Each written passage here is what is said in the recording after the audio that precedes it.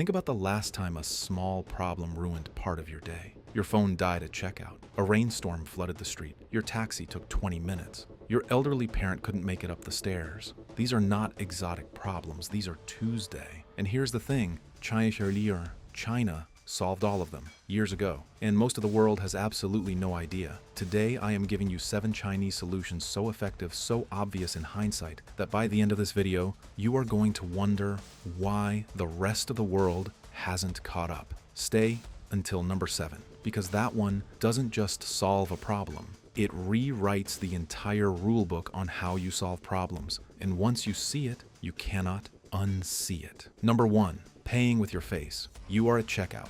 Your phone is dead. Your wallet is in a different bag. The queue behind you is growing. This happens everywhere, except China. Here's the thing. In China, you walk up to the terminal, look at it, and the payment clears. 2 seconds. No phone, no card, no wallet, nothing but your face. Alipay's Smile to Pay system is live at 500,000 locations across China. Restaurants, subway stations, shopping malls. Live detection software verifies your identity in real time, while AI monitors every transaction for fraud instantly. And get this, the whole process takes roughly the same time as a blink. The real genius is the scale. Alipay and WeChat Pay together processed over $80 trillion in 2024. Nearly 1 billion people use mobile payments in China.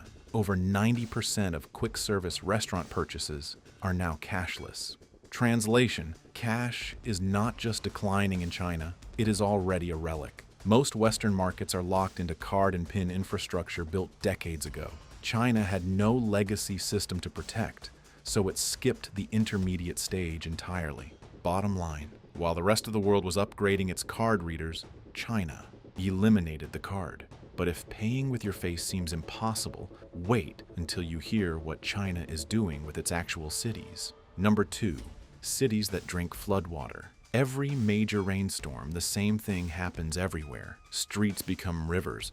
Basements fill. Governments spend billions on bigger drains and higher flood walls, and the floods keep coming. China decided to stop fighting the water and start working with it. The solution is called the Sponge City. Instead of rushing water toward a drain, Sponge City design retains water at its source, filters it through wetlands and permeable surfaces, and releases it gradually into underground aquifers. As one of its architects put it, you are playing Tai Chi with nature, not boxing with it. China made this a nationwide policy in 2014. 16 pilot cities were implementing it by 2015. Concrete riverbanks became natural wetlands. Rooftops became gardens. One redesigned philosophy simultaneously fixes flooding, water shortage, urban heat, and biodiversity loss, all at once. Most countries have similar concepts in planning documents. China built them into the physical fabric of dozens of cities. And get this, the trigger was a single flood in Beijing in 2012 that claimed 79 lives. Within 2 years, it became national law. That response speed is itself part of the solution. So China is redesigning its cities. But what about the people who can no longer walk up a mountain? China solved that too. Number 3, robot legs at the mountain gate. Climbing China's iconic mountains, Mount Tai, Huangshan, the Enchi Grand Canyon, is a bucket list experience. It is also brutally steep. For older visitors or anyone with joint pain, it is either an ordeal or impossible. China's solution? Walk up to a rental station at the gate, pay 80 yuan, the price of a decent meal, strap on a robotic exoskeleton under 2 kilograms, and hike like the mountain is nothing. The device reads your movements in real time and adjusts its assistance automatically. Power uphill, stability downhill. One charge covers 14 kilometers. It cuts climbing fatigue by 30 to 40%.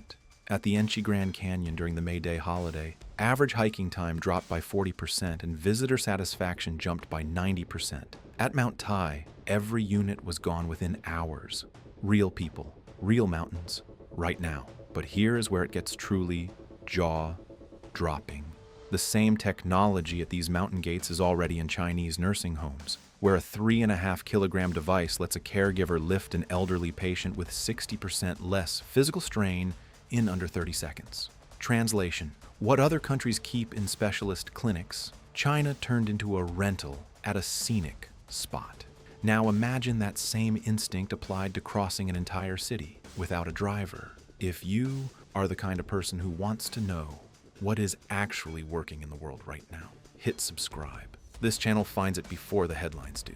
Number 4, the city with no taxi drivers. Most countries treat driverless cars as a distant, heavily regulated experiment. China decided that timeline was too slow. In Wuhan, you open an app, book a robo-taxi, and a car with no human driver arrives. No driver, no small talk, no surge pricing, just a car, a route, and a destination. This is not a test. This is city infrastructure. Baidu's Apollo Go has delivered over 7 million rides. By 2025, robo-taxis were operational in at least 65 Chinese cities. In Wuhan alone, 400 driverless vehicles cover 1/3 of the city. 32,000 kilometers of roads are designated for autonomous vehicle testing nationwide.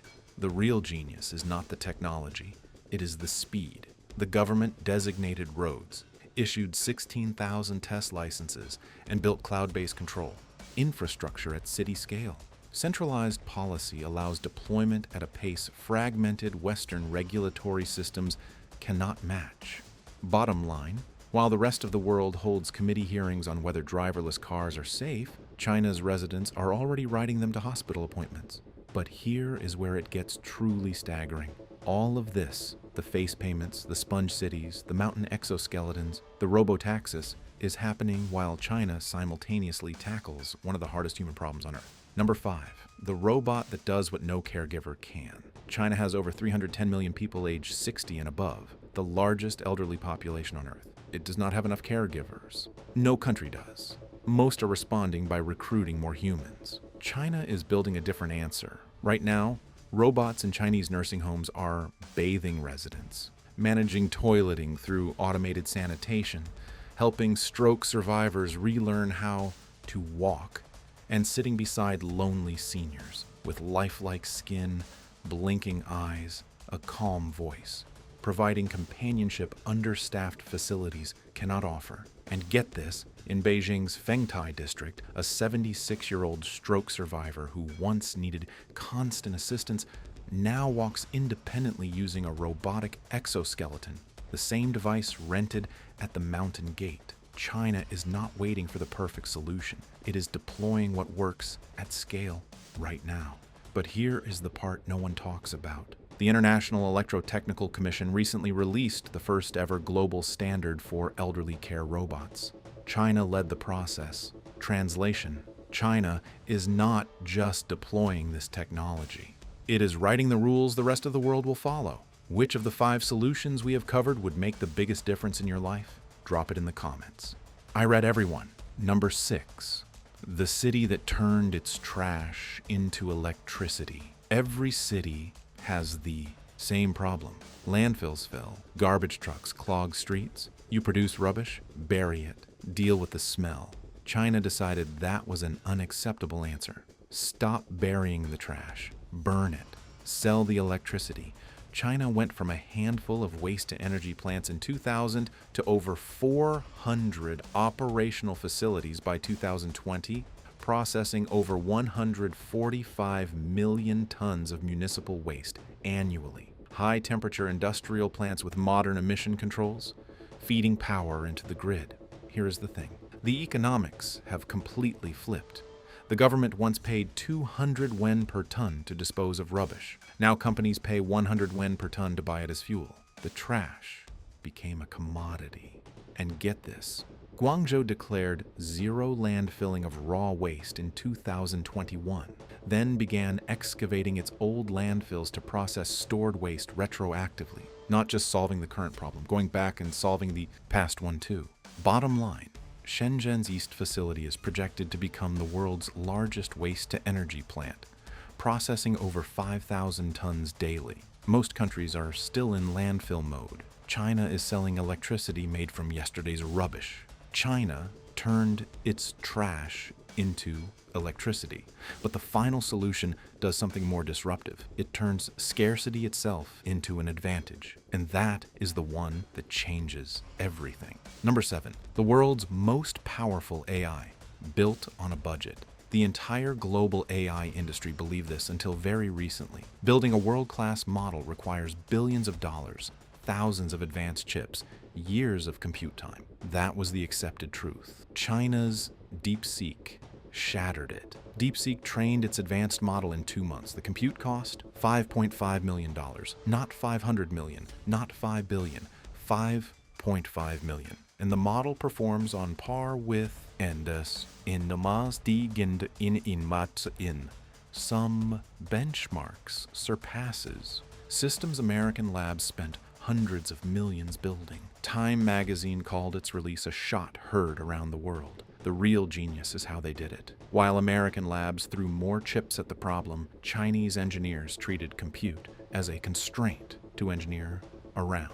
Instead of one massive model, DeepSeek uses a mixed architecture. Different submodels activate dynamically based on the task. Less waste, lower cost, same or better performance. And get this, it is open source. Any researcher, startup, or government can now access frontier-level AI without a billion-dollar budget. The cost barrier that kept advanced AI exclusive. DeepSeek dropped it. But here's where it gets truly profound. Look back at every solution in this video. Sponge cities instead of bigger walls, exoskeletons instead of more physiotherapists, robo-taxis instead of more drivers, waste to energy instead of more landfills, DeepSeek instead of more chips. The real genius is not any single technology, it is the pattern. China does not just ask, how do we do this better? It asks, what if we are solving the wrong problem entirely? And once you see that, once you understand that the constraint is not the obstacle but the design prompt, you cannot unsee it anywhere. Face payments, flood-absorbing cities, robot legs at a mountain gate, driverless taxis in 65 cities, robots caring for 300 million elderly, trash converted to electricity.